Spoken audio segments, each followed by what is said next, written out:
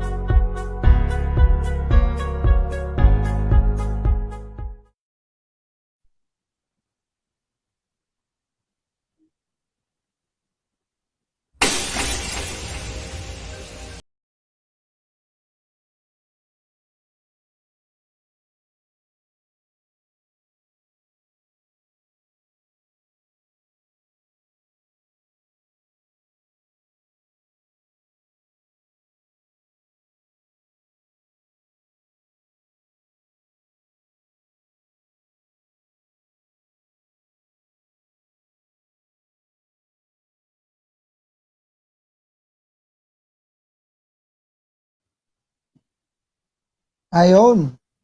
Oy, nawala. Ayun. Hello, good evening, brother Denmar. Kamusta? Yeah, good evening, Brother Jess. No, it is blessed, no? Yan, so Amen. we are thankful na tayo ay nakatapos na doon sa spiritual empowerment seminar ng The Lord's Flock, no? So it's a Tapos ka blessing, no? nag-attend ka bro, It's a nag-attend ka ba? two-day event. Nag-attend ka? Yes, sa online lang, bro. Oo, sa Sa online. online Kasi lang. Hindi ako nakasama. si brother, ewan ko kung kilala mo si brother Marlo King Sagarino. Kilala ko, Nandun siya bro. kanina mismo sa Heritage, ha? Oo nga eh. Sana all. Oo, Oo, nandun kasi siya sa ayun nga Heritage bro kanina. eh, nagkaroon ng problem yung nagkaroon nga ng problem kasi yung aking mother sa kanyang health, no, asthmatic. So, sabi ko sa The Lord's Flock community ay ipag-pray siya, no, kasi ah si mama kasi masyado ng inuubo. So, she isolated herself, no. So, nagsimula na siyang mag-quarantine. So, hopefully wala sanang anything na mangyari, ano. Ayun. Sige. So let us pray Let's pray pastor. for your mother, Ayun, let brother, us no? mm. Ayun. So, tawag dito, yung before we start, um, let's pray muna. Yes, bro. Let Nawala us yung guest natin kanina. Si brother, ano ba yun? yes, let us pray. Let's pray muna. In the name of the Father, and of the Son, and of the Holy Spirit. Amen. Lord Jesus Christ, we thank you for this day that we are here again. Um, we are about to share the beauty of your word. We are about to share our knowledge. Please guide us on what to say. Send forth your Holy Spirit. Make him work in us so that everything we say will give glory to your name, O God. Maraming salamat po sa mga tao na patuloy po namin nakakasama. Maraming salamat po sa mga tao na nakikinig po sa amin. Um, Alam po namin na sa ganitong ministry namin, through online evangelization, we are making a difference to the lives of some people. Lord, itinataas po namin ang gabing ito. Nawa po ay walang mangyaring masama. We are also praying for the mother of Brother Denmar. May she be well. Lahat po, nawa po sana Lord ay nawa ay bigyan niyo po siya ng magandang katawan or magandang kalusugan. All this we pray in the name of Jesus, your Son, our Lord, in union with the Holy Spirit, one God forever and ever. Amen. In the name of the Father, and of the Son, Amen. and of the Holy Spirit. Amen. Yun. So, Brother Denman, no, today is Gaudete Sunday. So, Gaudete Sunday, Gaudete. the church is in color pink, not because of politics, but because of Love. Gaudete Sunday, which calls us to rejoice for the coming of the Lord. At bago tayo mag-umpisa, since we are rejoicing for the coming of the Lord, we will play a song that really parang that's really joyful. Sabi nga rejoice. So itong kanta na to, it's really Amen. worth it will really make us rejoice. So this is a song na piniplay din sa the Lord's Flock Catholic Charismatic Community. Just to inform our viewers, itong mga modern songs na to, kinakanta ito sa the Lord's Flock na Catholic Charismatic Community with the approval kasi 'di ba ang lyrics dapat pag gumamit tayo ng mga contemporary music or modern music in terms of praise and worship hindi sa Holy Mass ha, it has to be Correct. yung lyrics dapat ay hindi nag-go against the Catholic faith. So the reason Amen. meaning po itong kantang to since ginamit to sa Catholic Charismatic Community, it means the message of the song does not go against the Catholic faith. So let's listen to this song and let's rejoice, and because this is the day for us to rejoice.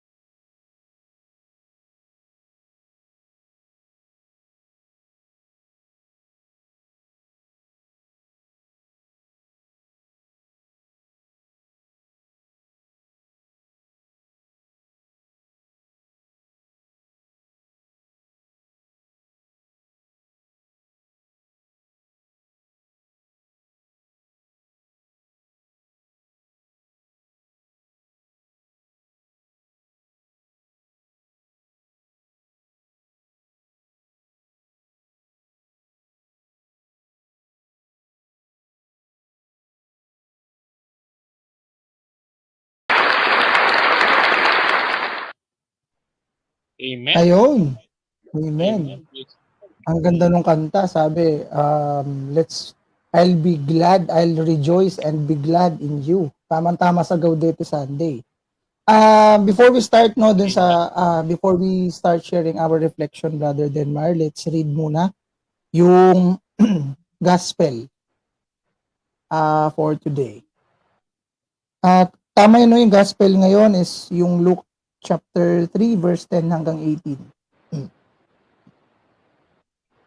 Tama ba Yes. yung tinignan kong date? Ayun. So, let's read yung gospel according to Luke chapter 3, verse 10 to 18. The crowds asked John the Baptist, "What should we do?"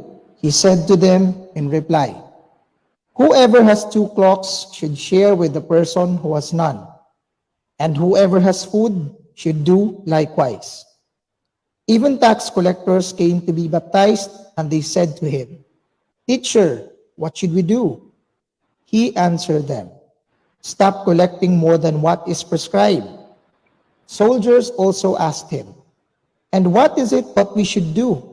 He told them, "Do not practice extortion.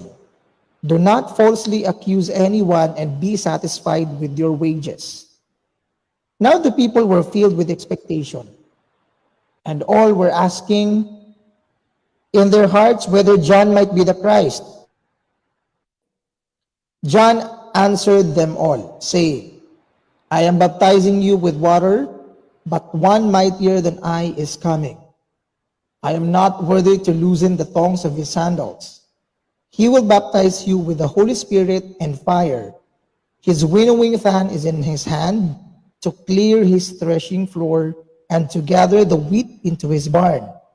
But the chaff he will burn with unquenchable fire." Exhorting them in many other ways, he preached good news to the people. The word of the Lord. Praise to be Lord Jesus Christ. Para kung pari bigla, no? Ayan. So, ang ganda ng gospel natin ngayon, brother, no? It really talks about, wala si Brother Mark Joseph. Ay, ito si Brother Mark Joseph. Ito ba yung last Sunday? Yes, bro. Siya yung ating convert, no? From INC. Ayun, welcome Brother Mark Joseph and Brother Patrick. Ito naman galing sa Born Again, tama? From AG, yes. From AG. Ay, AG pala, sorry. From AG, Assemblies of God. Sabi ni Brother Seth Anthony Galaites, "Mapagpalang gabi po, brothers. It's so nice to see you again through this live stream." It's so nice to see you din po, Brother Seth Anthony Galaites. And Nice to meet you too, no? yes, Oo, nice virtually. to meet you too. Sana Brother Seth, no, magkaroon ulit tayo ng kumbaga parang comeback sa mga ganitong activity. Kasi dati Brother Jess, meron kaming naudlot na program na Here I Am, no, na charismatic program din yun, no. So sana si Brother Seth makasama natin sa ganito. Kilala mo siya, bro? Si Brother Seth? Si Brother Seth is a member of El Shaddai community. Wow, kay Brother Mike Velarde. The largest, I think, El Shaddai is the largest yata Catholic charismatic group. Yes, Yeah. So Great. binabati natin sila, no? Grabe yung faith ng mga tao din dyan, no? Para sa The Lord's Flock, pag sinabi niyo Brother Mike Velarde na you will receive blessings, at talagang yung mga tao is talagang they really hold on to the faith. And kaya makikita mo, Brother Jess, di ba? Even sa teaching and preaching, no, ni Sister Tetchi, no, doon sa 2-day ses ng The Lord's Flock, no, makikita mo talaga the power of the Holy Spirit, no, guiding, no, yung ating head servant, no, sa ating charismatic community. Kung nakikinig, kung ito, kung napanood mo to kanina, bro, nagkukwento si Sister Tetchi about yung old life niya as a Catholic, na she would memorize the Holy Rosary, di ba? Tapos yung driver niya, pag nakakakita siya ng tawag niyang pangit sa daan, "Hail Mary, full of grace, the Lord is with you," sasabihin niya sa driver niya, "Tignan mo to, ang pangit nitong babaeng to, no? Huwag ka munang mag-Holy Mary, Mother of God." Holy Mary, oo nga po, pangit nga po. hindi bagay sa kanya yung Mercedes-Benz. So, makikita natin doon sa kwento ni Sister Teche during her old life that she was only memorizing. Ito yung sinasabi niya, walang kwentang paulit-ulit, no? Kasi she was not putting it into her heart. She was not memorizing Correct. the rosary and leaving it. Hindi nakikita sa buhay niya noon na talagang masyado siyang mapanlait. Di ba sabi niya nga napaka mapanlait niya daw during her old life. So, before we start sharing our thoughts again dun sa gospel natin, Brother Mark Joseph and Brother Patrick, bati muna kayo, brothers. It would be better if you open your Ayun, camera sige. din. Kasi anong tawag dito, they are from Iglesia ni Cristo 1914 and Assemblies of God. Walang INC sa amin pero Oo, Assemblies paano of ba? God kilala ko. Alam ko ang Assemblies of God. I think, Sino ba yun? Ako ba yan? I think yung Assemblies of God, brother, buo yung ano nila. O ikaw, galing ka din doon sa INC pala, sorry. I think yung Assemblies of God, buong araw yung worship nila. Kasi nadadaanan namin to sa amin Kumbaga parang tapos na kami mag Holy Oo. Mass, tapos na kami magmisa, yung Assemblies of God talagang buong maghapon doon sila nagla-lunch, tapos uwi sila mga 4 yata. Tama ba, Brother Patrick? Ayun, sige, pagsalitain natin, bro. Brother Patrick? Tama ba yung sinabi ko na whole day yung worship o yung service ng ng Assemblies of God? Di yata tayo naririnig ni Brother Patrick. Ang Oo, Iglesia ni nalipat tayo sa Cristo, kabila. ang Iglesia ni Cristo, ano ba? Whole day bang INC, brothers? Brother Mark Joseph? Ano sige, si Brother Mark Joseph ang ating pagkwentuhin na yun, nagsasalita. Yan.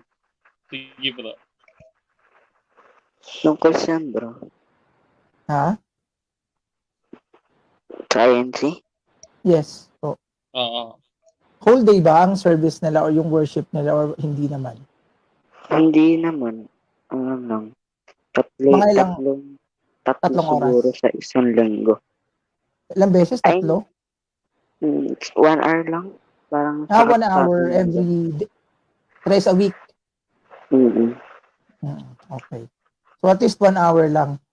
Pero sa Assemblies of God, alam ko, sure ako dito. Brother Patrick, if you are, you can correct me if I'm wrong. Pero yun ang napapansin ko sa Assemblies of God, talagang whole day yung worship service nila. Sabi ni Brother Seth, nawala si Brother Mark Joseph, si Brother Patrick. Sabi ni Brother Seth, reflection talaga pag nagre-reflect ka, ang dami mong nare-realize thanks to the Holy Spirit. Actually, it's the Holy Spirit, no? Every time Amen. we share our reflection, especially yung mga pare sa homily nila, it's the Holy Spirit that moves them. It's the Holy Spirit that enables priests to touch the lives or to touch the hearts of the church goers, di ba, brother?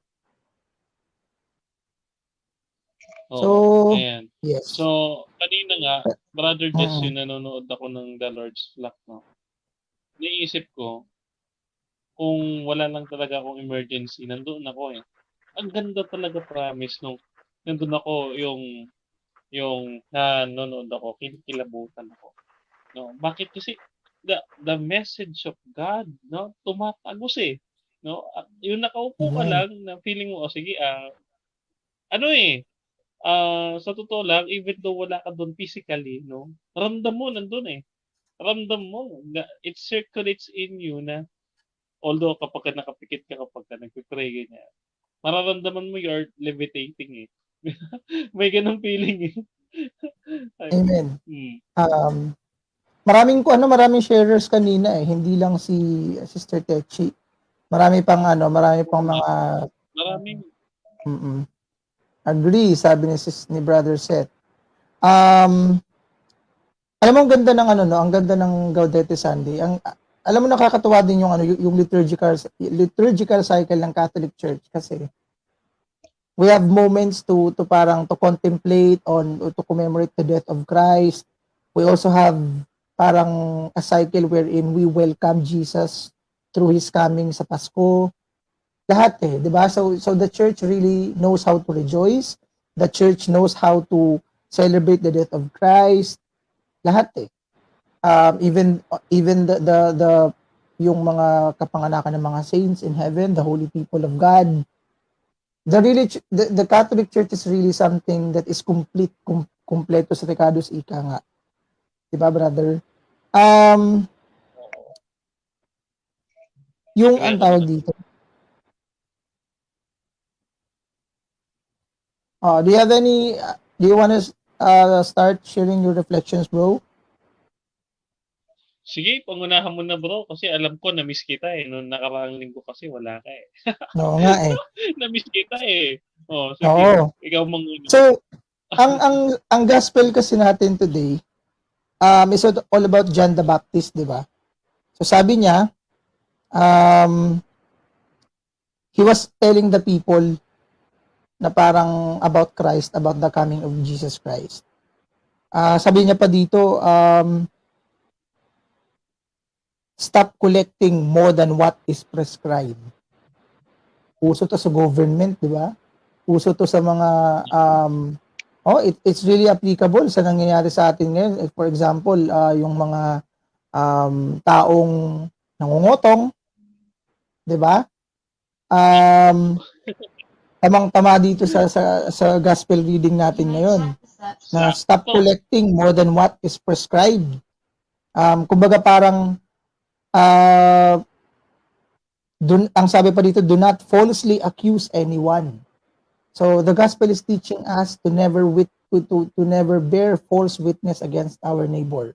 Actually, we Catholics are most of the time, always talaga, we are always being accused. And the only way we can and the best response is to just educate, is to just inform them of our side, but to never argue na parang lagi nila makikipagbatuhan ka ng masasakit na salita. Ang sabi pa dito, be satisfied with your wages. Makontento kayo sa mga sahod ninyo. Maraming tao yung nagtatrabaho. Ako, I'm one of them. Dati bro, when I was working, when I was starting sa BPO industry, alam mo yung ako yung tipong wala akong kakontentuhan sa sahod. Na alam mong pinirmahan ko yung kontratang to, but every time I would receive my salary, I would always say, napaka-bitter ko palagi. Naku, wala na namang sahod. There was one time na puro ako bitter na sabi nila, oy, may 13th month pay na daw. So ako naman ang sabi ko, naku, hindi naman nakakabuhay yan. Hindi makakabuhay ng bulate sa tiyan yan. Alam mo, one of the TLs, so one of the supervisors responded to me, ang sabi niya, kung hindi ka na masaya sa kumpanya, di umalis ka. So, you know those words really hit me. Talagang tinamahan ako din sa words na yun na parang, nga no, I keep on complaining about my salary, pero nandito pa rin naman ako. Tama nga naman yung sinabi niya na if you're no longer happy if you're no longer contented with how much you are getting, then might as well leave. So, after noon, tumigil ako kasi napahiya ako, brother eh. So, kumbaga parang the lesson that I got from that is itong sinasabi mismo ng gospel na be satisfied with your wages. Oo nga naman, who are you to complain when you sign the contract? Doon sa kontrata na pinirmahan mo, yun yung tatanggapin mong sahod. Tapos ngayon, na pinirmahan mo, bakit ka nagreklamo? Eh di umalis ka. Yun yung sinabi sa akin ng isang supervisor na it really hit me hard. Na parang nakakahiya ka naman, di ba? So, yun yung parang sabi ni Brother Seth Galaites, have an attitude of gratitude. Tama yun. Be thankful. Kasi minsan bro, ano tayo eh, we as a humans, no, gusto natin napaka-perfect. No, we always glorify ourselves, no? Alam mo, sabi ko nga eh, kung sa arguments or argumentation, there is no any other idols but ourselves, not the stones, not the woods, not the images, or nor the yung mga tinatawag nilang rebulto. It's not the idols that we know. No, it's ourselves. No, we worship ourselves by making ourselves satisfied. no? Through Breaking news. self-glorification. So, Tama makikita mo, yun. brother, just on the second latter part, nung sinabi ni Saint John, no? Sabi ng mga tao diyan sa gospel, inaakala niya na siya ay yung Kristo. So, si Saint John the Baptist, although he is a prophet at that time, no? Yun yung context ng gospel eh. Although he is the prophet at that time, no? Ang sabi niya, no, hindi ako karapat-dapat magkalat ng kanyang sandalyas. What a humble sentence, or what we can say is, what a humble experience for John, no? Na although pinagkukumpara siya kay Kristo, pero sabi niya, no, I am not the Christ. No, may darating pa na mas higit kaysa sa akin. So, he is not glorifying himself, no? Kaya nung sinabi niya na na dapat kayo makontento kayo sa kung ano ang kinikita ninyo, no? Dapat no, dapat makontento tayo sa kung ano meron tayo. Huwag kayong maniningil na sobra. Sabi niya, di ba?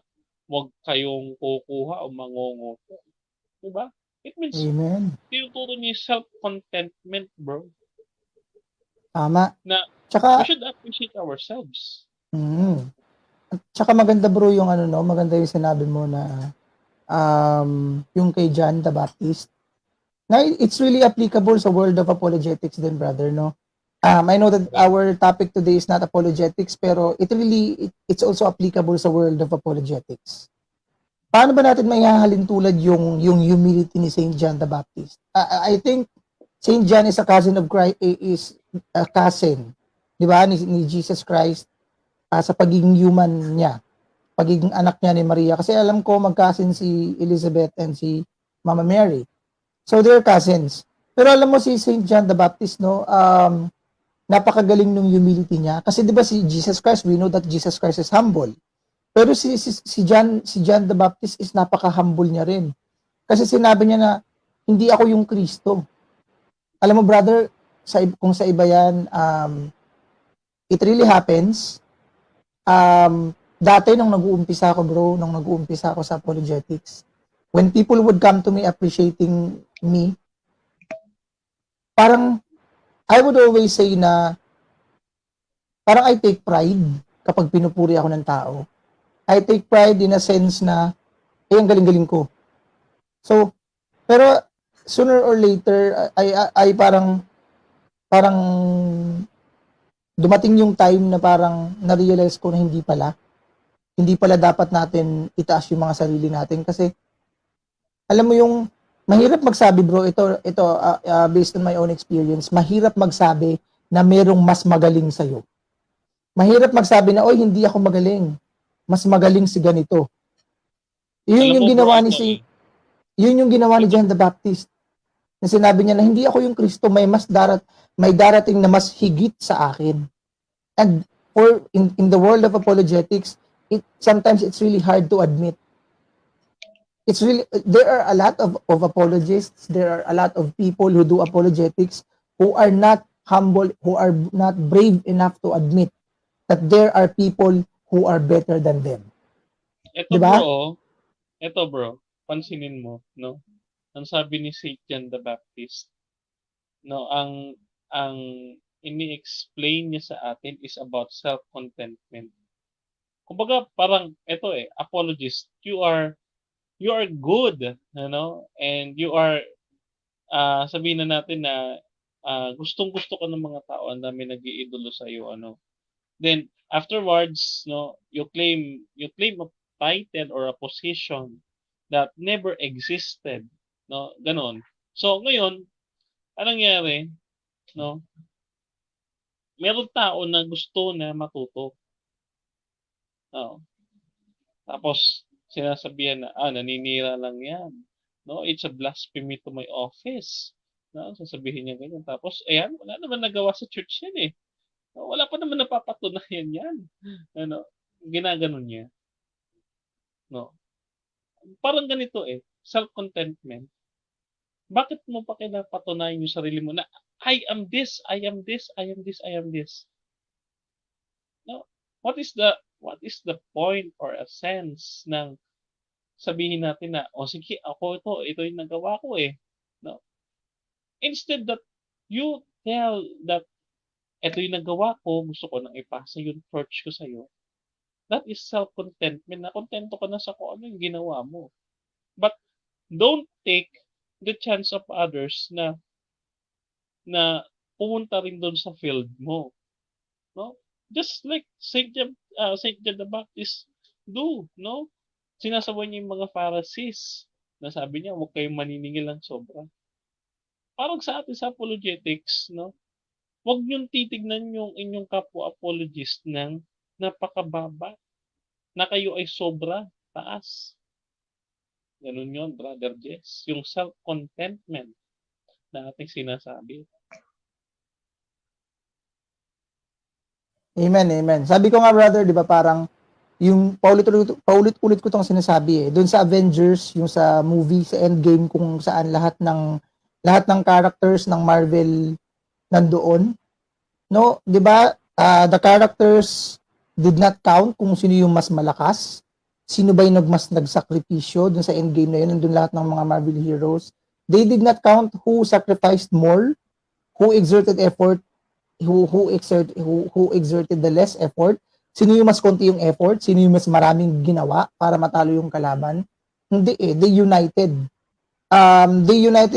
Tas walang nagsabi doon na, "Hoy, ako yung bida kasi ganito, ako yung mas maraming effort, ako yung nag-sacrifice, ako yung namatay para mapatay yung kalaban, I sacrificed my life." So, it's also applicable sa pagsisilbi sa simbahan, kasi dapat tayo, we should not say na I'm doing more work than you. Because we have to remember that God does not count kung sino yung nagtatrabaho ng mas marami, kung sino yung mas maraming naambag, kung sino yung mas konti yung ambag. Kasi it can also happen, brother, no, na ang dami mong ministry, pero you are not serving by heart. Hindi mo to ginagawa ng nasa puso. Kumbaga, you were doing it external, yung external lang, yung external projection mo. You want to project an image sa mga tao na, "Ay, ang daming ginagawa ng taong nakakatuwa naman." Pero hindi natin alam na as God sees our heart, nakikita pala ng Diyos na, "Ay, ang dami niyang ginagawa pero wala sa puso." Etong taong to nakafocus sa isang ministry pero wholeheartedly he offers himself, he offers his time, talent, and treasure. So, dito nagmamatter, brother, no, na it's not about the quality, it's not about the quantity, but the quality of the service that you give. Just like Saint John the Baptist, yung humility niya, it's something na dapat nating i-mirror. Na sabi ko nga, mahirap umamin na may mas magaling sa atin. Mahirap umamin na parang, "Uy, no, hindi ako magaling. Si ganito yung mas magaling." Yung maraming tao na parang gusto nilang isipin, they want to project an image na mas magaling sila. They want to project this image na mas marami akong service sa simbahan. Personally, ito si Brother Mark Joseph and Brother Patrick, have you experienced that sa inyong mga sa dati ninyong religion, brother, na na kasi alam mo, Brother Denmark, di ba? Mas nakaka-turn off kasi yun mas nakaka-turn off, mas nakaka-cold, mas nalalamig ka sa pananampalataya mo pag ang nakikita mo ay yung kasama mo sa simbahan mismo yung nagda-down sa'yo. So, kayo ba, Brother Mark Joseph and Brother Patrick, have you experienced this kind of feeling na parang pinapamukha sa inyo na, "Ay, ito lang kayo, eto ako. Mas marami akong ginagawa, I'm greater than you," na parang konti lang yung ginagawa nyo, mas marami yung effort ko. Have you experienced that, brothers Mark Joseph and Brother Patrick? Po. Narinig Ayun. po. So, pwede kayong mag-share, brothers. Huwag kayong mahiya sa amin. Huwag kayong mahiya sa audience natin na 3 million. At saka huwag kayong mahiya sa amin, no? Hindi kami magagaling. Oo. We're not really good. Pinapagaling lang kami ng Holy Spirit kasi every time we talk, the Holy Spirit guides us. Kasi parang sinasabi niya ng Holy Spirit na, "I will use these people." Na even if our lives are not perfect, but the Holy Spirit will use us to touch the hearts of those who are watching us right now, brother. So, you might wanna share, Brother Mark, Joseph, or Brother Patrick, kung naranasan nyo ng magkaroon nyo parang ma-discriminate dahil ito lang yung ministry ninyo, ito yung ministry ko, mas marami akong ginagawa, mas mataas yung posisyon ko sa simbahan. Ayun po. Hello, magandang gabi po sa lahat. Ayun. Sa akin po kasi wala naman po kasing ganun na na parang culture sa church, like sa church namin na parang lamangan sa gawain or sa ministry, ganyan. Pero minsan parang ikaw sa self mo parang nadadown ka, like sa ganitong ministry ka lang napunta, ganyan ka lang ministry mo na nailagay.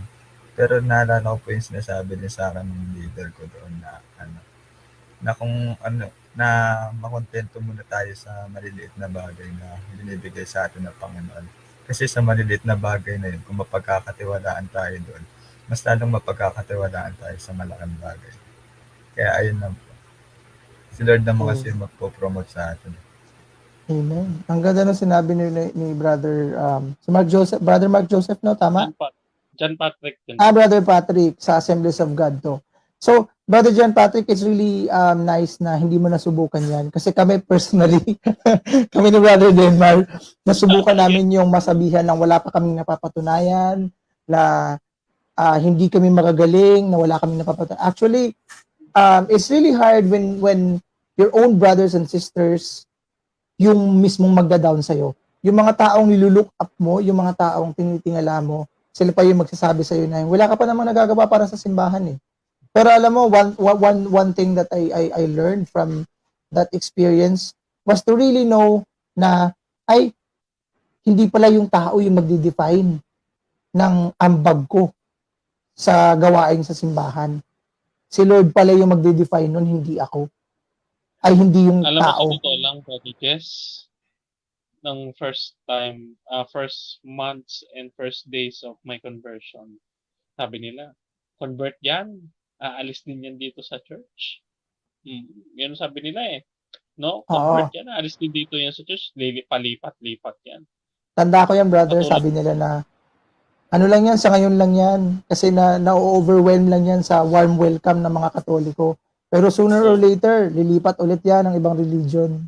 Pero sabi ko, I stood firm and I believe na you will stay here as a Catholic.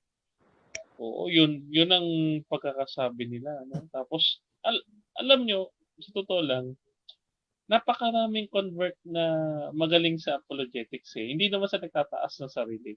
Pero ito, mga taong ito, like Scott Hahn, Trent Horn, no? Oo, ang galing sino nun. pa yung mga converted, no? Makikita natin kung sino pa yung convert. Sila pa yung nasa top of the line in the apologetics, ano? Catholic Answers. Walang hindi nakakakilala sa Catholic Answers. Oo. O kita ninyo, no? Katulad ni Brother Noe Dura, no? Magbe-birthday na, no? Kaya, Amen. ayan. So, Brother pinapanood pala tayo ni Sister ito mga galing. Dura. Magagaling si Sister Aden Dura, Brother Noe Dora, si Brother Paul Alima, si Brother Bugak Rama. Alam mo yung mga protestante to, pero ang gagaling nilang mag-share, ang gagaling nilang mag-reflect, mag-share ng reflections. Kasi sanay sila dati, brothers eh. Sabi ni Brother Dennis R. Olano, bati muna tayo. Magandang gabi po, watching from KSA. Oy, binabati natin yung Arabian Peninsula, hindi yung Saudi Arabia ha. Kasi di ba nagbukas na yung pinakamalaking simbahan sa Bahrain. Amen. Yung Catholic Church. So di ba, this is really one thing na dapat nating ika-proud. We should be proud kasi the Catholic Church is growing. Habang yung iba sinasabi na tayo ay kumukonti at sila yung dumadami, but the Lord is blessing us with many Catholics. Kumbaga may tahanan na ulit yung mga Catholic na nandun sa Bahrain. Sabi ni Brother Prince Gabriel, hi brothers, and si Brother Seth, sabi niya, God uses the foolish ones to condemn the wise. Pero actually, brother, totoo itong sinabi ni Brother Seth. Amen. Na God uses the sin, yung mga hindi matutuwid yung buhay. Oo. Like Paul, di ba? Saint Paul was a Yes, Saint Paul. persecutor. Oo. Di ba? Number one persecutor yan, but he was transformed. He became one of the servants of God. Parang ako yata yan, ah. Ako ba yan? Oo. Number one persecutor ka dati. Di ba? Pero now, God is using you. Si brother, ano naman kaya? Brother Mark Joseph. Do you have an experience wherein parang pinapamukha sa'yo na ito ka lang, ito ako? Have you experienced that, brother, sa ano mo? Sa old life mo as an Iglesia ni Cristo member?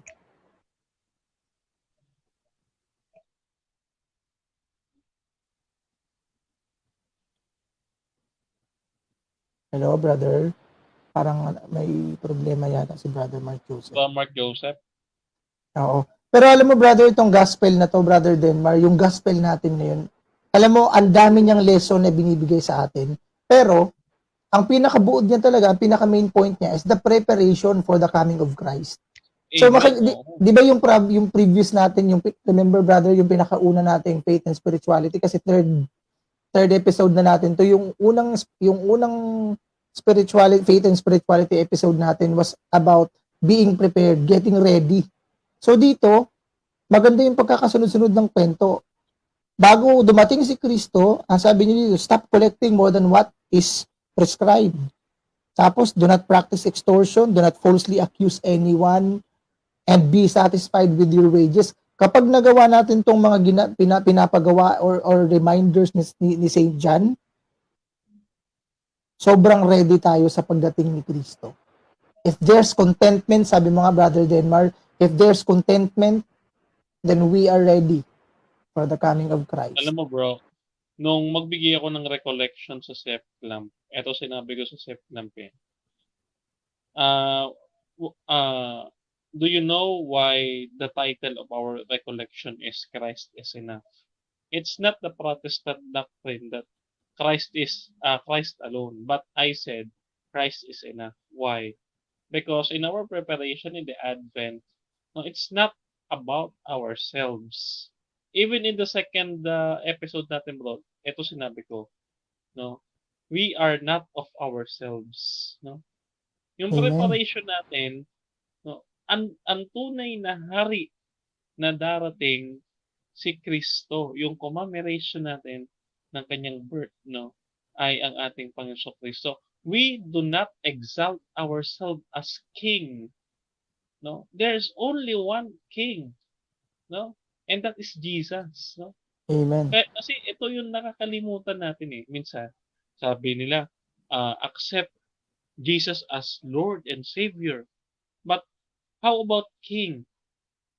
Ito yung lagi kong dinidiin even nandun pa ako sa GSK, no. Binabati natin si Kuya Abet. Yung sinasabi natin God, Savior, and King, no? Yung K, yung King, no? When we emphasize King, how Jesus reigns in your heart, no? That you not exalt yourself, that you are a slave of Jesus, no? Ikaw yung pinakamaliit, no? Gusto mo ikaw yung aliping walang kabuluhan, ano? Yung sinabi ng ating Panginoon, no? Yung aliping walang kabuluhan. Ito yung papasok sa karin ng langit. So, we should imitate Christ, no? Yung kanyang pagiging mababa. Kaya nga dito self-contentment, ibig sabihin, yung mga nagawa mo na, huwag mo nang patunayan pa kasi napatunayan mo na. No? Pass the torch so that, no, yung work of God may continue, no, in the life and example of others, so that the grace of God dumaloy doon sa iba, no. Hindi tayong selfish. Amen. No, kaya nga let Christ reigns in our hearts, not reigning ourselves as king, no, ng ating sarili. Tama. Sabi mga brother kanina, na-mention mo kanina na nagiging idol natin yung mga bagay-bagay na nakapaligid sa atin. I also heard this from Bishop Soc Villegas. Sabi niya, we Catholics, we are most of the time being accused that we worship idols. Sabi niya, we worship statues. We worship idols. But idols are not just limited, hindi eksakto yung pagkakasabi, pero ito yung thought eh. Idols are not just limited to images, to sacred images, to yung sinasabi nilang mga imahe. Idols are those things that hinder us from worshiping God. Our work, it can become an idol. When our work focuses or hinders us, if it stops us to give time for God, it becomes our God. It becomes our idol. Di ba? Tama naman yun na kung ano yung mga bagay na nagpipigil sa iyo para magbigay ng oras sa pagdating ni Kristo, those are considered idols. Yung trabaho mo, yung school mo, yung mga barkada mo, yung jowa mo, Vices. di ba? Lahat ng bagay na makakapagpigil sa iyo para ihanda ang sarili mo sa pagdating ni Kristo, it can be considered as idols in your life. Kasi mas mahalaga sa iyo compared kay Kristo eh. You know, God is only asking us 1 hour every Sunday and a couple of minutes every day to pray. Do we do it? Yun nga po eh. Di ba? Diba? Katulad na sinabi ko, those things, no? Those things hinder us because we want to glorify ourselves. No? Kaya tingnan nyo, ano ba ang naging pagkakasala ng tao sa Diyos? Disobedience. Kasi gusto niya siya ang masunod sa kanyang sarili. Nung binigyan ng Diyos ng authority si Adan at Eva, no, yung dominion all over the things, no, on the earth. No. Ang ginawa nila, they abused their power na, sige, kakainin ko ito kasi may control ako eh. No, I am the God of this earth because I can do all things. No, ganun yung nasa mindset ng tao. So tayo, we became gods of our lives kasi no, ginagawa natin kung ano yung ating gustuhin. Even though it is against the express will ng ating Panginoon. Amen. Kaya yung self-exaltation, that is the image of Satan. Gusto niya na Tama. very selfishly, gusto niya mapunta dun sa throne of God. Gusto niya mas mataas siya. No? Kaya si Saint John the Baptist, pinaalalahanan niya tayo. Oo. No? May darating pang mas higit sa akin. Ang sarap pakinggan, no, brother, na ang sarap pakinggan yung salita ni St. John na he was really honest. He was really transparent. He was really honest to admit to himself that there is someone mightier than him who is to come soon. Parang, sabi ko nga, brother, mahirap kaya aminin. Mahirap aminin na, uy, mas magaling si Brother Denmar sa akin. Uy, si Brother Anthony, mas magaling sa akin yan in terms of apologetics. Si Brother Humphrey, mas magaling sa akin yan. So, parang ganito, Brother Jess. Ikaw ay dati ng apologist. Matagal ka na sa field na to. Kaso ayaw mo sabihin na may mas magaling pang darating kaysa sa akin. Ayaw mong sabihin ganun kasi gusto mo, ikaw yung magaling. Ako lang. Tama. Diba? So, dahil itinataas ko yung sarili ko, pwede kong sabihin na wala pa namang nagagawa yun eh. Ako marami na akong debate na natalo. Marami na akong ganito.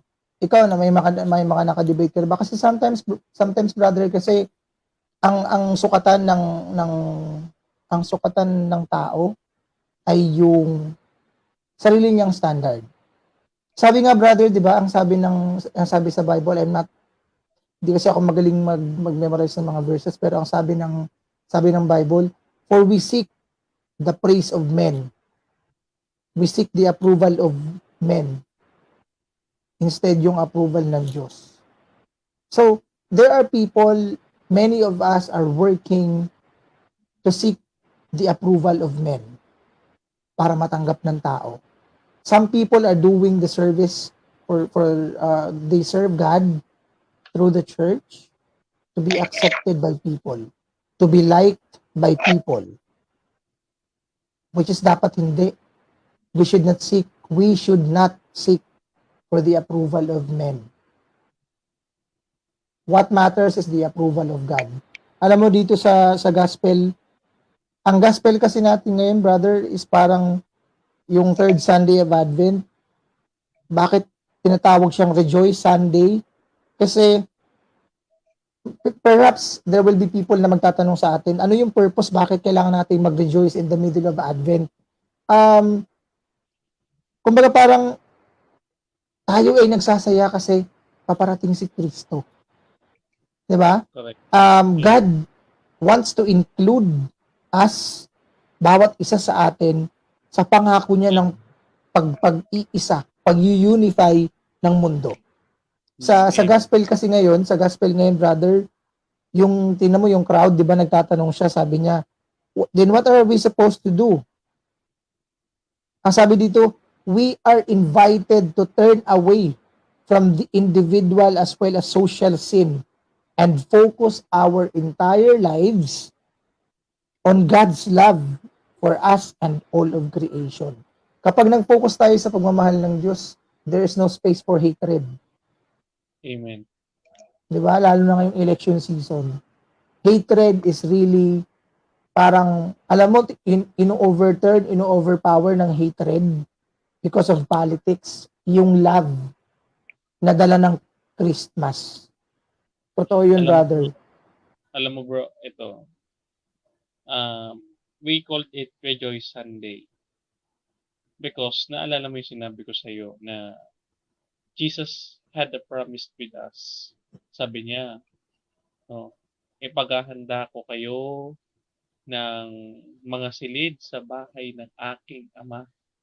Hindi ka ba natutuwa na yung pangako niya doon sa magnanakaw na you will be with me in paradise, no? Today, you will be with me in paradise. Diba, napakasarap na pakinggan na for the love of God. Sabi mo nga, no? We talk about love, no? Sabi ng gospel, no? Na for God so loved the world that He sent, no? He sent His only begotten Son.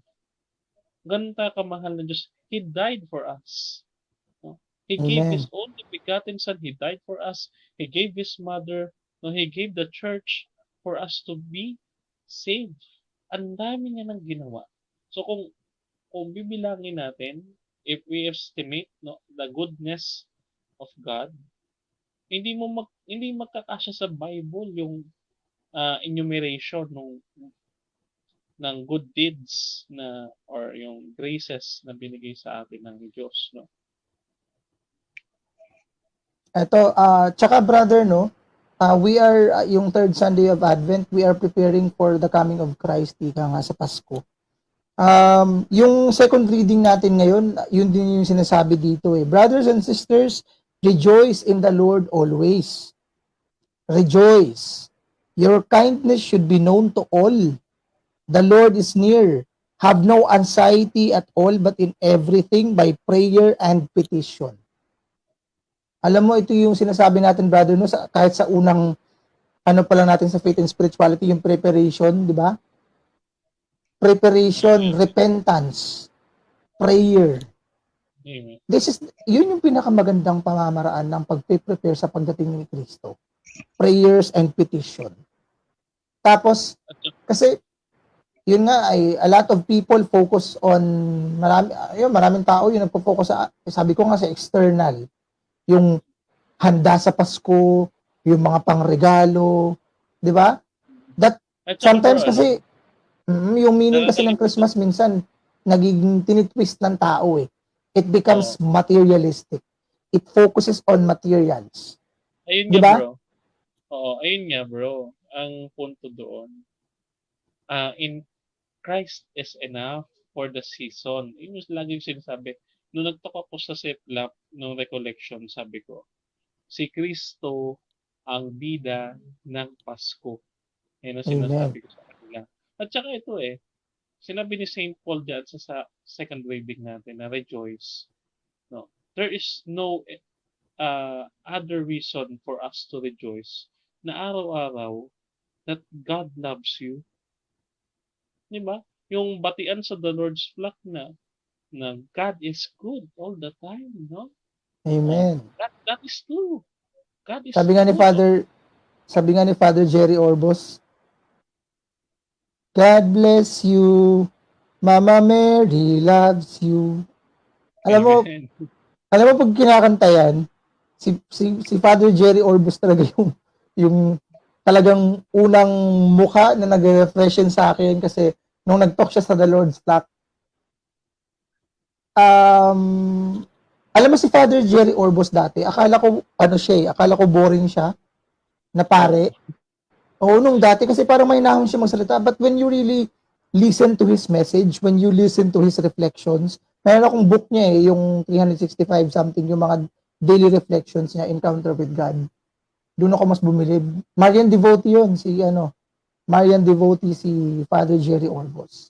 So, parang itong Sunday kasi, yun nga it calls us to rejoice, not for the things that we have in life, not for our achievements, not for the praises of the people that we hear from them, but for one reason, because Christ came to this world. Nagkaroon tayo, that's why we are preparing for Christmas. Kaya doon sa ibang mga tao na, ay, wala na akong oras, kailangan kong mamili sa Divisoria para sa mga regalo, kailangan kong bumili ng ganito, kasi ganito yung Pasko, kasi ganyan, lalo na ngayon na parang bumabalik na sa normal yung panahon, wala nang COVID, pwede na yung mga bata sa mall. Alam mo, people are too busy bringing their kids to malls, to shopping malls. Hindi ko lang alam, brother, kung busy din sila na dalhin yung mga bata sa mga bagay na malapit sa Diyos. Alam natin na yung mga bata yata ay bawal pa yata sa simbahan, I'm not sure. Kasi ako, hindi pa ako makapagsimba dahil naka-first dose pa lang ako. Hindi pa ako fully vaccinated. Ha? Kaya ko pinapaalala parati that Jesus is the main reason for Christmas is because malapit na naman yung simbang gabi. No? Ito no? Magninilay tayo ng tuwing maghuhumili ang pari no sa mga araw na yan. However, there are persons or sabihin natin some people na iba ang intention to attend no yung mass no na sinasabi nga nating simbang gabi no. There are so many intentions, we cannot judge them, but we can observe no what they are doing. Some yung iba nagsi-cellphone, yung iba nakikipag-usap sa katabi. No? Tapos yung iba ay nagsimba para lang kumain ng putong bumbong. Di ba? Yung iba, ginagawang dating place ang simbahan. No? Alam mo, go brother. Don't use the time, don't use the place for your self-pleasure. Because Amen. if we give pleasure to ourselves more than God, that is self-worship. Amen. Tama. So, agree. Alam mo, brother, sometimes kasi alam mo, Catholics are also reasons as to why other Catholics leave. Bakit? Isa yun sa mga reason Nakikita ko sa simbahan, sa Katoliko, magjowa, nagdi-date, magka-holding hands, nasa misa. Nakikita ko, nagchichismisan yung mga tao. Nakikita ko, may nanay na nagagalit, may nanay na pasimpleng pinapalo yung anak. Is that the best way to prepare for God? Is that the best way to prepare ourselves to encounter Jesus in the Holy Eucharist? Makipag-date ka sa jowa mo? Makipag-holding hands ka? Makipag-chismisan ka? Tignan mo yung sakristan na may itsura? Tignan mo yung choir na maganda? Is that the preparation that God calls us for? Hindi po. So, sa mga nakikinig po sa atin, alam mo, minsan sabi nung, ito na-encounter ko to, merong isang nanay na in-invite siya. Magsimba tayo. Alam mo yung sabi niya, ayoko magsimba muna kasi walang magbabantay sa anak ko. Alam mo yung point niya kasi is, alam niya na maliit pa kasi yung anak niya eh. It can happen na hindi siya makakapag-focus sa pagsisimba kasi iiyak yung anak niya. At kapag umiyak yung anak niya, it can also distract the people who are attending the mass. Alam mo, ang gandang sakripisyo ng Brother Denmark. Di ba? Ang ganda ng sakripisyo na binigay niya, ay ayoko muna magsimba. For the sake na parang ayokong makabulahaw doon pag umiyak yung baby ko, walang magbabantay, hindi ako makakapag-focus. It's a big sacrifice. And with that particular mother has contributed to the best way to prepare for the coming of the Lord. Kasi sabi ko nga sa atin, di ba, we Catholics are blessed because Jesus always comes every time there's a Holy Mass. Sabi nga ni Brother John Patrick, more on simbang tabi. Alam mo, Brother John Patrick, ito din yung nakakalungkot na katotohanan sa maraming Katoliko. Alam mo, minsan, tayo din yung dahilan kung bakit maraming umaalis. Pero alam mo, ang gusto ko lang din i-share, we should not live because of those people. Kasi kung tatalon sila sa bangin, tatalon din ba tayo? Siyempre hindi. Diba? Sometimes people would use the lives of the priests. Naku, yung pari na yan, hindi naman talaga mabait yan, masama ugali niyan. Diba? Why not pray for that priest? Ito lang tanong, Brother Jesse. No? Yung hindi na nagkakasala or hindi na gumagawa ng mga ganyang bagay, isa lang ang tendency. It's either, no, banal na siya, santo na siya dito sa lupa, o it's either kakampi siya ng Diablo. Amen. Kasi hindi ka naman gagalawin or hindi ka naman i-influensya ni Satanas na gumawa ng mali kung kakampi ka niya. Kakampi ka na nga niya eh. No? Bakit kapag gagawa ng mabuti, kakampi ka na niya. So, ang gagawin niya, hahawain niya yung iba na mabuti o malinis yung konsensya para gumawa ng masama. So, napakaliwanag na itong mga taong ito, hindi natin dapat tignan na example ng ating pananampalataya. Halimbawa, si Judas Iscariot. No, si Judas Iscariot, no, hindi porke merong ganun sa mga alagad ng Panginoon, hindi na tama yung simbahan. Hindi. No? Ang sabi nga ng ating Panginoon, no, the gates of hell shall not prevail against it. No? So, hindi pananaigan, no, ng kasamaan. So, kahit na mayroon mang isa, no, o sabihin na natin ilan, marami, pero it doesn't invalidate, no, that the Spirit of God is still with us kasi kahit na nag-struggle sila, nakikita mo na they are fighting, they are trying to be holy, no? Just like ourselves, no? We are sinner every day, but thanks to the grace of God that we try to live in chastity, in obedience with God, no? Amen. So, alam mo, for the past 3 weeks, yung Advent season is ganun lang naman kasimple. It's all about the preparation for the coming of Christ. And alam natin, brothers and sisters, mga ka-CF Defense, that preparation should be a perfect way to reunite God, to reunite with God, to encounter God. How do we encounter God? Ilang beses ba dumarating si Kristo? Napakaraming beses po na dumarating si Kristo sa buhay natin. Sabi ko nga sa Holy Mass, we encounter Christ. Kaya nga sa Holy Mass, dapat yung simbang gabi o di kaya yung simba ay hindi dapat date. Hindi po dating place ang simbahan. Di ba nung sinabi ko yun, nung unang beses, nagulat ka, no? Kasi, totoo yun. Because the bread and the wine is the true body and blood of our Lord Jesus Christ. It's a literal, no? Literal. Na nandoon Literal. ang ating. Amen. And also the priest, because he is the altar, no? The altar Christus, no? Kasi yung ating Panginoon, siya ang high priest, and we have this small priest, no, na nagsiserve sa ating churches, no. So they are successors too of the apostles of Christ in his ministry of priesthood. No, yung tinatawag nating royal priesthood. So, yun, no? So, makikita natin every day, no? And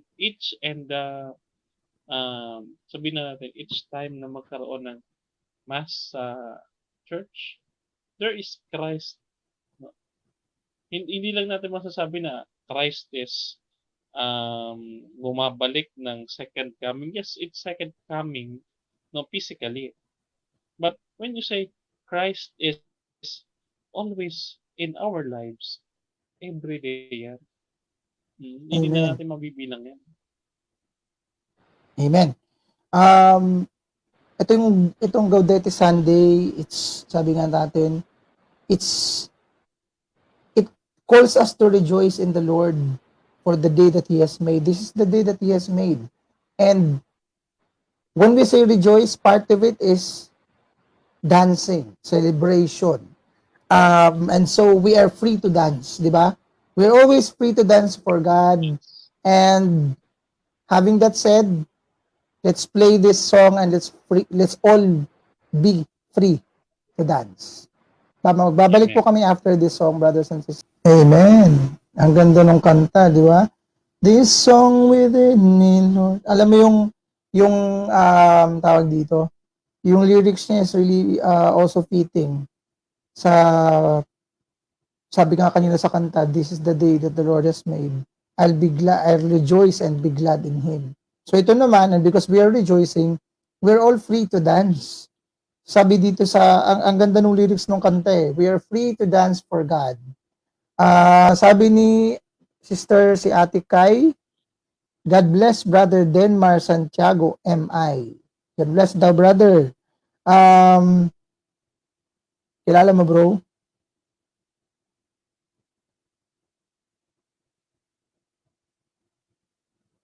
Nakamute kaya ta, brother? Ayun nga, no, kanina pa ako sumasayaw, sorry.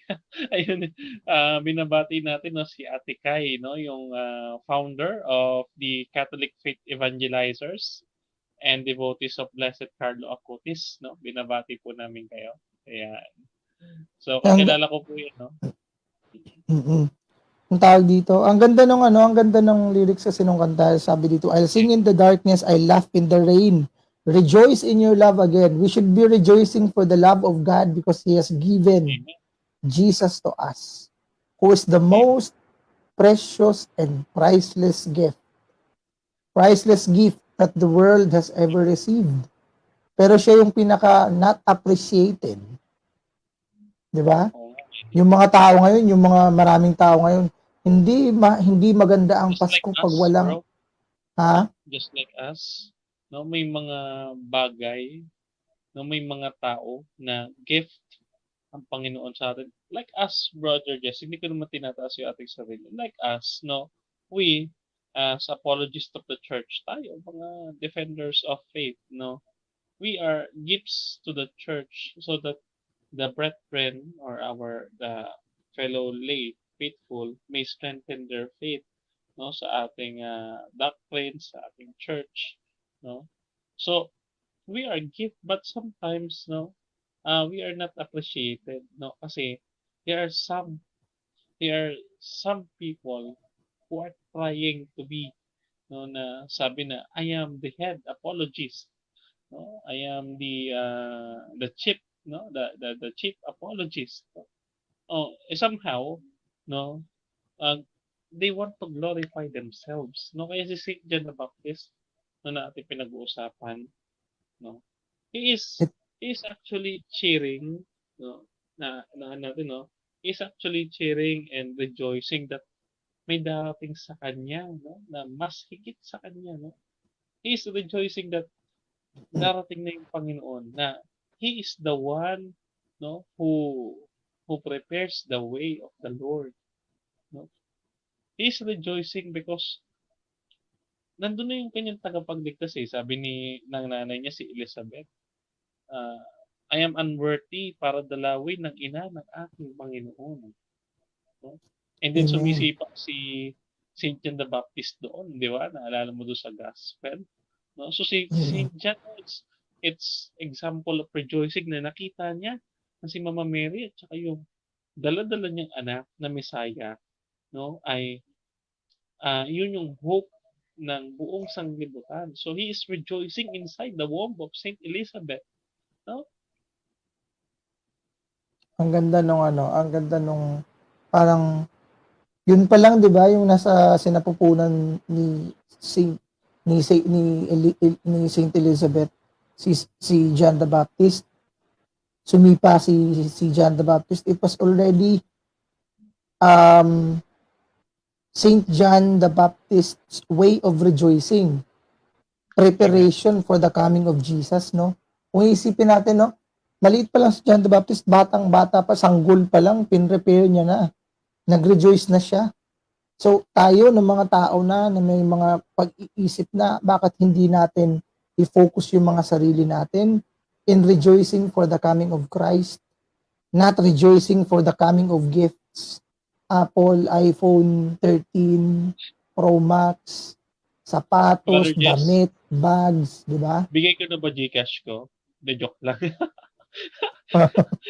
De joke Di lang. ba parang we are focused on things na may monetary value, pero hindi tayo nagpo-focus dun sa mga bagay na may spiritual value. Those things that cannot be bought by money. Ngayon kasi pag walang halaga yung tao, wala no? Parang Basta wala ako, na akong Brother mapapala Jess. sa'yo eh. Basta ako, Brother Jess, kay Pasko, Christ is enough. Amen. Sana lahat ng tao, sana lahat ng nakikinig o nanonood or makakapanood pa lang, sana bigyan natin ng importansya yung Thanksgiving. Sabi ko nga nung nakaraang mga episodes natin, bago mag 12 o'clock, say a short prayer to God.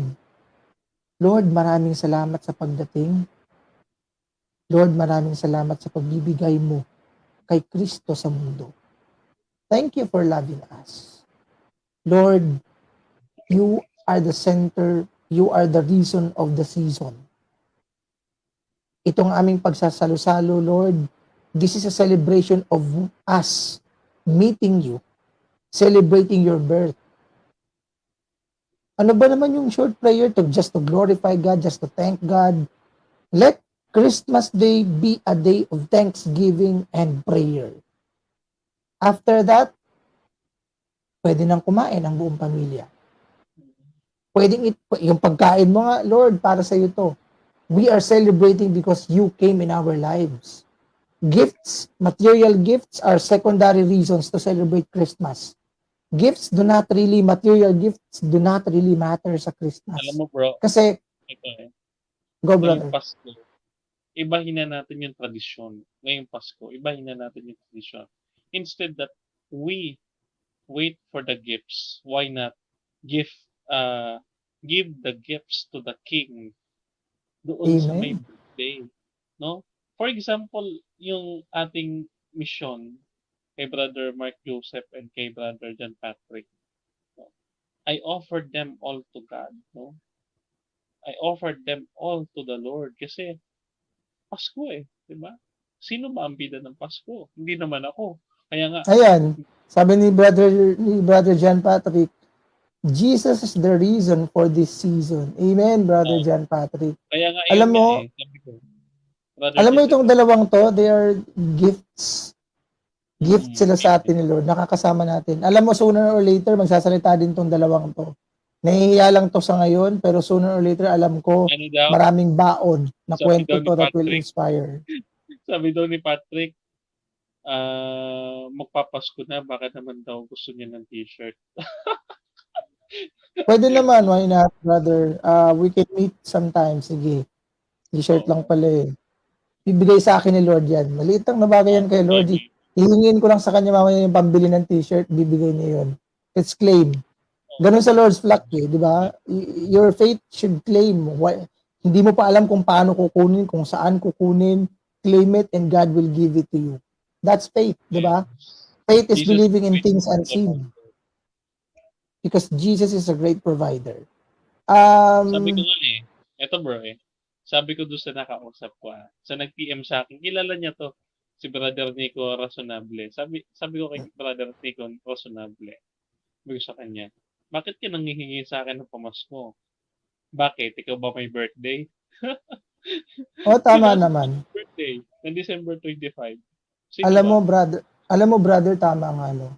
Alam mo, to all our brothers and sisters who are watching us right now, why not change the way we celebrate Christmas?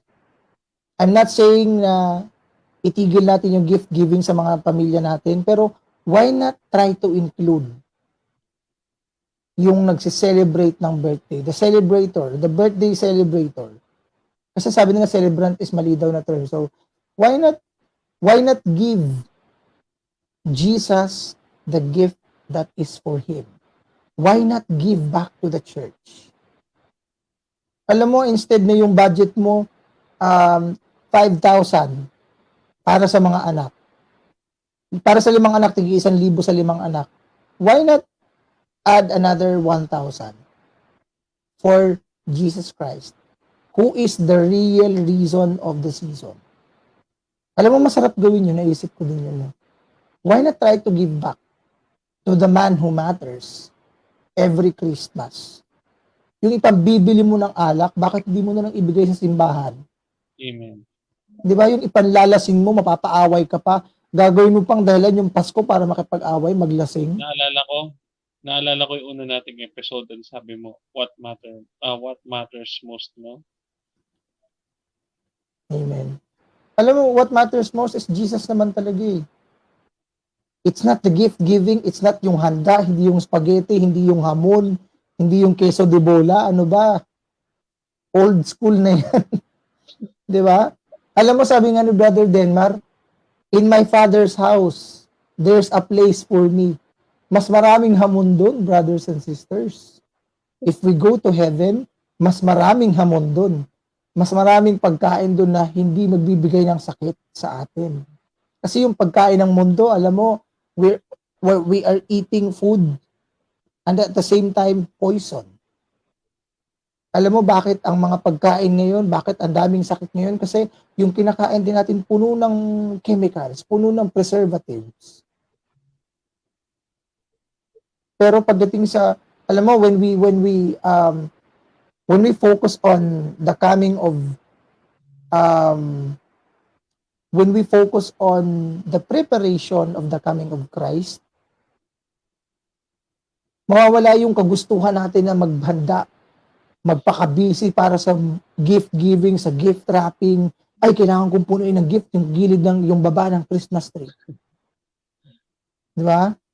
Kailangan kong mag-alat ng 10,000 para sa mga inaanak ko. Kamusta naman yung nagse-celebrate ng birthday niya, si Kristo? Kasi 'di ba for hundreds of years that we are celebrating Christmas, ang palaging tradisyon na ginagawa natin ay si Kristo yung palaging nagbibigay. Siya yung may birthday, siya yung nagbibigay sa atin. Now, why not take this as a challenge? Why not try to change how we celebrate Christmas? Why not try to give back to Christ, who is the man of Christmas season? Bakit hindi natin subukang, ay, magbibigay ako kay Lord? Paano ka ba magbibigay kay Lord? You can give to the church, you can give back to the church. Another one is, you can help the people in need. Kasi 'di ba sabi ni Kristo, kung ano yung ginawa mo sa mga taong ito, ginawa mo sa akin, then why not feed the hungry? Parang ito isipin natin. We are the visitors in the birthday. Pero tayo yung nanghingi ng regalo. Parang awkward, di ba? Di ba? Kaya Ang nga awkward. dumalaw yung tatlong three wise men. No? Although they don't know Christ at all. No? But they prepared and gave our Lord Jesus Christ some gifts or presents, no? So dumalaw sila hindi para maging bida, dumalaw sila para maging bisita. Amen. And they So, give gifts. oo. Hindi si Kristo, hindi si Mary, hindi si Mama Mary tsaka si Joseph yung si Saint Joseph, hindi si Mama Mary tsaka si Papa Joseph yung sabi, "Uy, may nandito yung tatlong mago, bigyan natin sila ng regalo." No. You know what? The best gift that Jesus Christ received, yung regalo ng three wise men, and also the worship that they offered to the Lord. Kaya nga tayo may simba bago magpasko eh. Bago mag alas 12 may simba. Yun yung ginawa nung yung three wise men. They worship Jesus. Tayong mga Katoliko, meron din tayo nun. We worship Jesus. We have a holy mass. May misa bago salubungin yung alas 12 ng hating gabi. Ng umaga pala, 12 midnight. May misa. 'Di ba? Bakit hindi natin unahin muna yung nagsi-celebrate? We can also encounter Jesus doon sa mga taong nangangailangan, sa mga taong gutom, the less fortunate. Kapag nagbigay ka sa taong nagugutom, then do it for God. Lord, I'm doing this for you. Lord, I'm doing this kasi gusto kong ibahin naman yung celebration ng Pasko. Gusto kong ibahin na dati ako yung humihingi, ikaw yung nagbibigay. Ngayon, ako naman yung magbibigay through these people. Feed the hungry or give back to the church. Kung ayaw mong magbigay sa mga nagugutom sa kalsada, then give back to the church. Kasi the church is the biggest charitable institution din naman. The church will also use those funds for Ito, the Brother works Jesse, for God. di ba marami naghahanda sa Pasko? Yung iba inaamag. Ibahin natin yung habit natin ng pagse-celebrate. Instead, magluto ng napakarami. Why don't, yung katulad na sinabi mo, why don't give it to the beggars na they don't have any proper homes or yung matinong tutulugan. They cannot celebrate Christmas. Akala nyo ba masaya yung kumankal sa basura? It's not happy. It's not kind of rejoicing, you know? So, yung ating inihahanda, no? Gawin natin yung be conservative na para sa atin yun. Huwag nyo na damihan kasi anong nangyayari? Wala, nasasayang lang. And we are just wasting our money for buying and cooking all of this. No? Then nasasayang. So, mas maganda, let us be creative, no? Why not kapag Pasko, mag-invite ka ng mga mas nangangailangang kumain. Kasi marami ngayon hindi kumakain. O Kasi di mahal kaya, ang bilihin. amen. O di kaya sa Pasko, brother, kung gusto mo talaga magluto ng marami, bumili ka ng plastic. Ibalot mo yung mga pagkain, then try to roam around the streets. There will always be people na mas nangangailangan. Bigyan mong pansit yan, bigyan mong spaghetti yan, libre na yung isang araw nila. Gutom na gutom yung mga yan. What you did to that person, you did it to Christ. You have done it to Christ. Sabi nga ni Jesus Christ, di ba? Nagutom ako at ako yung inyong pinakain. Nauhaw ako at ako yung inyong pinainom. So, it's really clear that what we do to our brothers and sisters who are less fortunate, we do it to Christ. So, bakit hindi natin gawin ganun yung kasi kumbaga parang sabi nga, Gaudete Sunday, rejoice. Kaya ba nating magsaya habang gutom yung marami? Kaya ba nating mag-rejoice while others are hungry? Can we rejoice while others are thirsty? Di ba?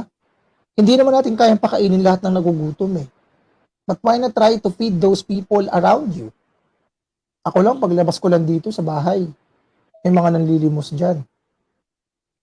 At Diba? saka ito, bro, bukod dyan, aside from that, you can see, no, na may mga broken family na nagsisimba sa church or in the days ng mga simbang gabi, makikita yung yung tinatawag nating ano, yung Belen, no? Nandun yung si Mama Mary, si Saint Joseph, no, si Jesus, may kitabuo yung family. Eto, just realize, no, sa Pasko, hindi lang it's all about how you celebrate it. But yung pagse-celebrate ninyo na buo kayong pamilya. No, may mga broken family kasi no na that we pray also in the times of Advent na sana muli mag-reconcile, no, because Advent is not a time for sabi nga natin for rejoicing, hindi lang sa time for rejoicing, for yung magsaya, no, it's a time to prepare ourselves, no. Paano tayo magpe-prepare ng ating selves kung hindi tayo kompleto, no? Family is a part of us, no. So, ayun ang pinakamahalaga, that we prioritize what is important and yung less important, set aside. No? Amen. So, yun nga, ano, part of the preparation for the coming of Christ, part of rejoicing. How can you rejoice if your family is broken? Di ba? How can you rejoice kung hindi kayo nag-uusap ng kapatid mo? How can you rejoice if you are not in good terms with your friends? How can you rejoice? How can you celebrate the true meaning of Gaudete? The true essence of rejoicing if you are not in good terms with people around you? Alam mo, the Christmas season is also the way. Kasi di ba ang dala ng Pasko pagmamahalan eh.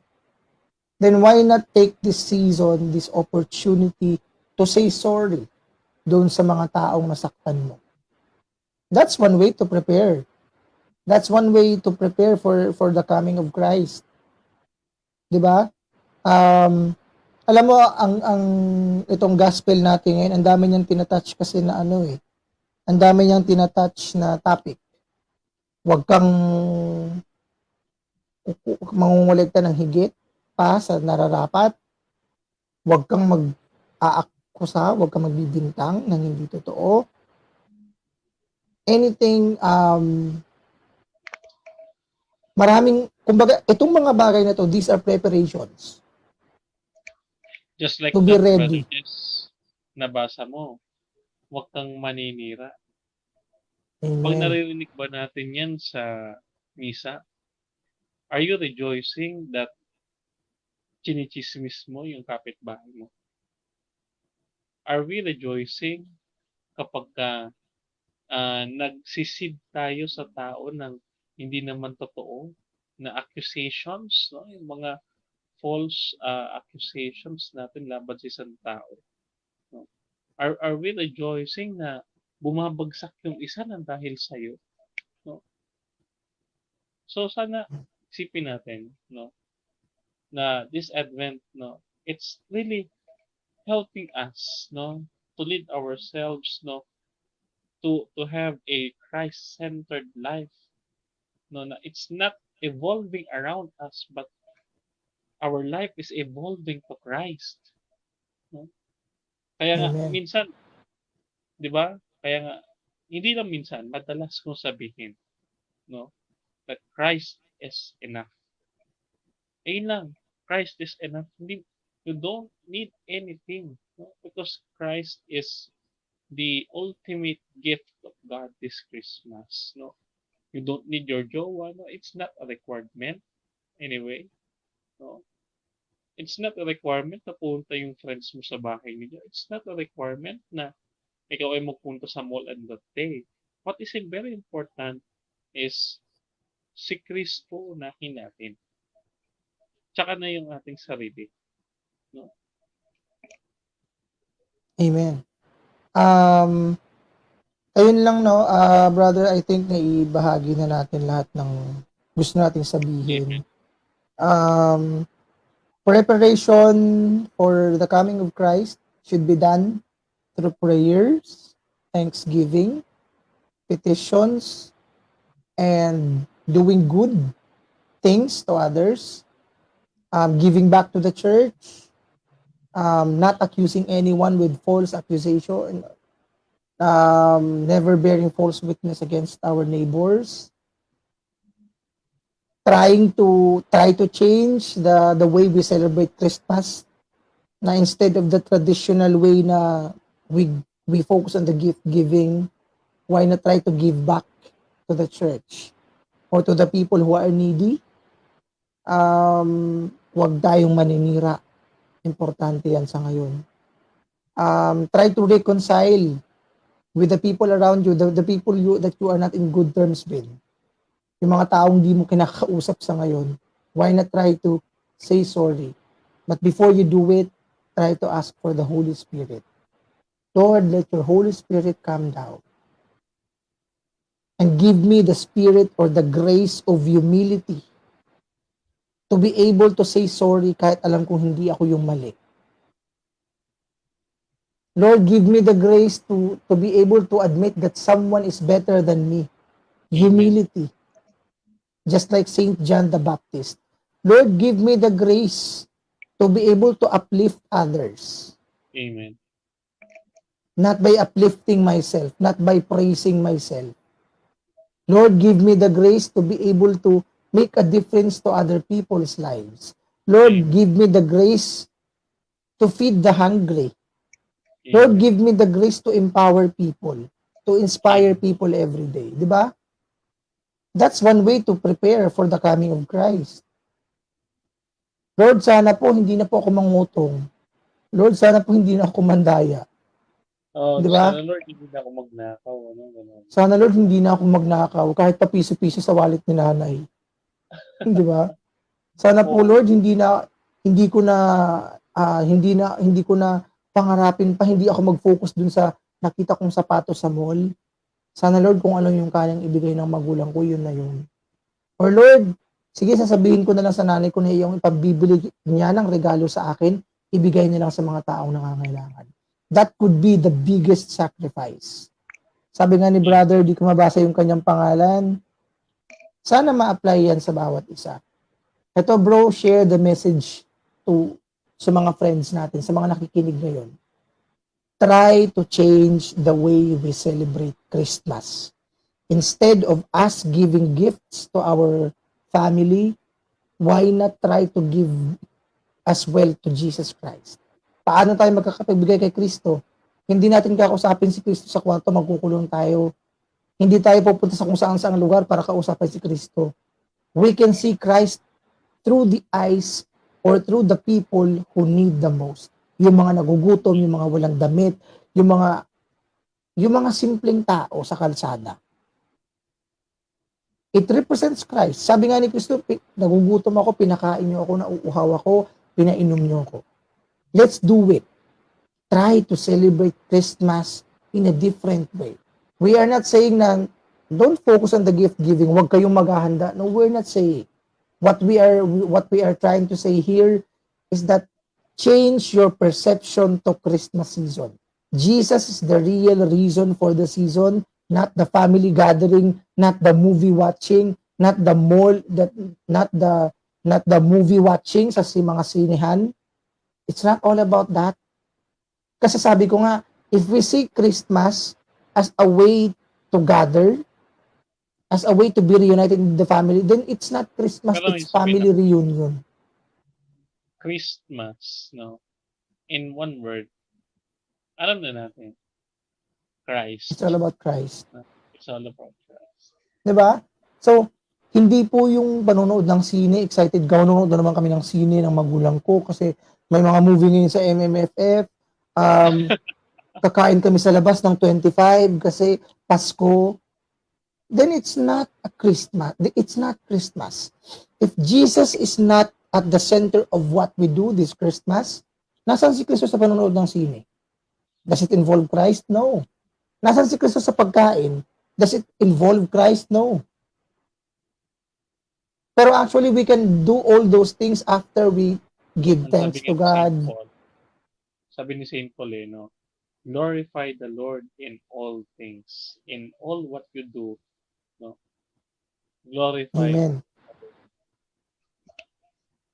So, sabi ni Brother John Patrick, I think yung mabibigay ko na gift kay Christ is yung life ko. Well, that could be the best gift. Kasi Jesus also gave His life to us. 'Di ba?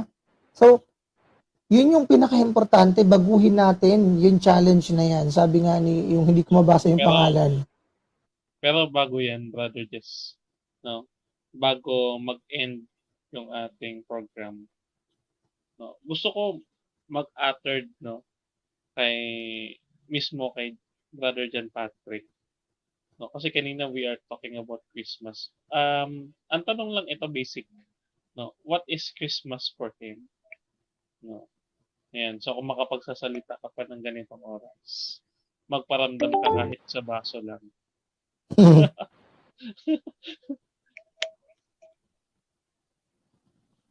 Brother John Patrick.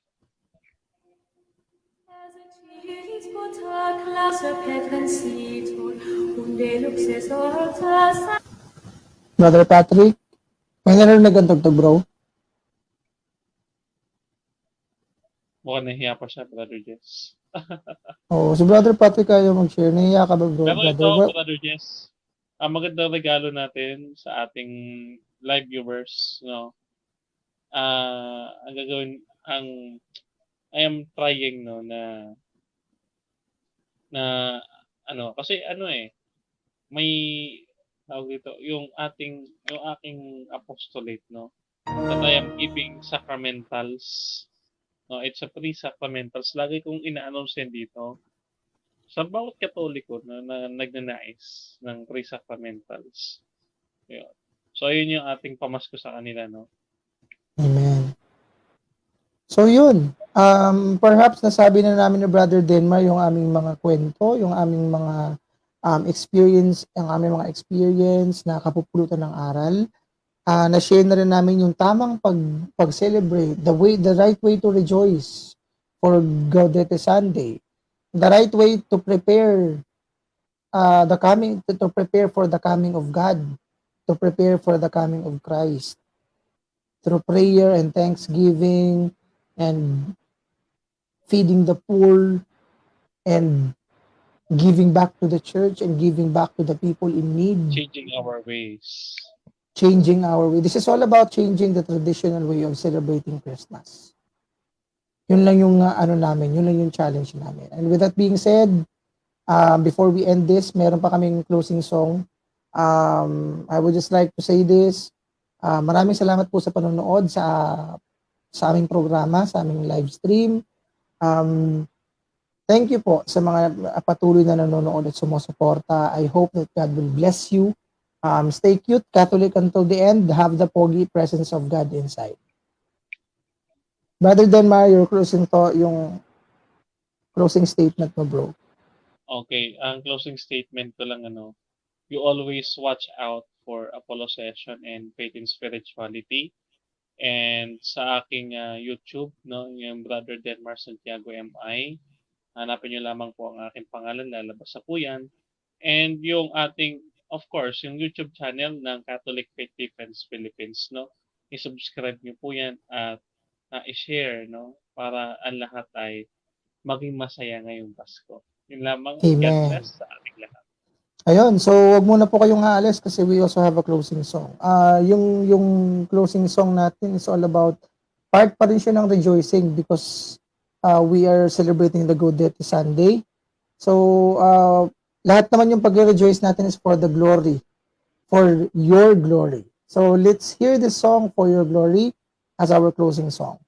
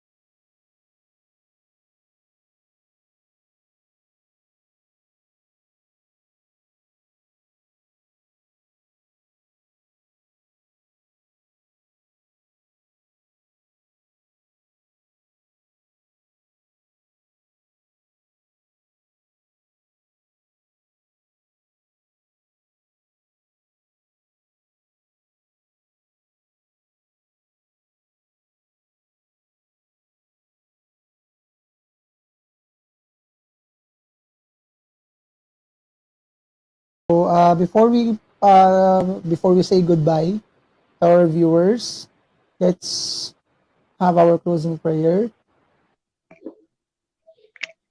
Sino mag-lead, bro? Ikaw na? Ako na, bro. Okay, sige. Okay.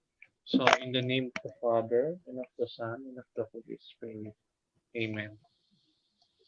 Thank you, Lord, sa araw na ito, Panginoon.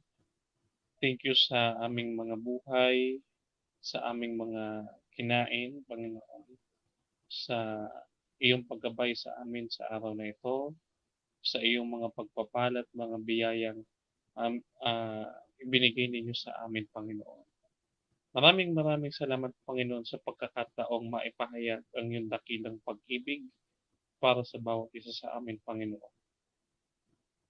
At Panginoon, hindi namin masasabi ang lahat ng aming pasasalamat sa iyo sa panalangin ito, pero sa aming mga puso, Panginoon, at isipan, Panginoon, ang aming pasasalamat sa iyo ay walang hanggan, Panginoon.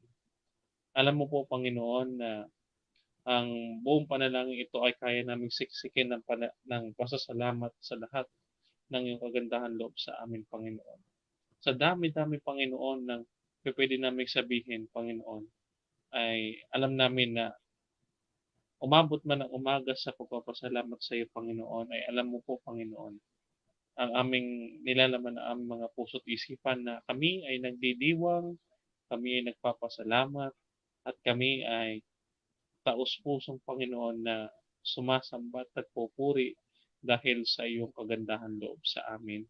Lalong-lalo na, Panginoon, na napakagandang regalo ng iyong buhay na inihandog para sa bawat isa sa amin, Panginoon.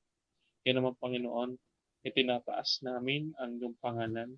Ikaw lamang po ang aming itinatangi, Panginoon, hindi ang aming mga sarili.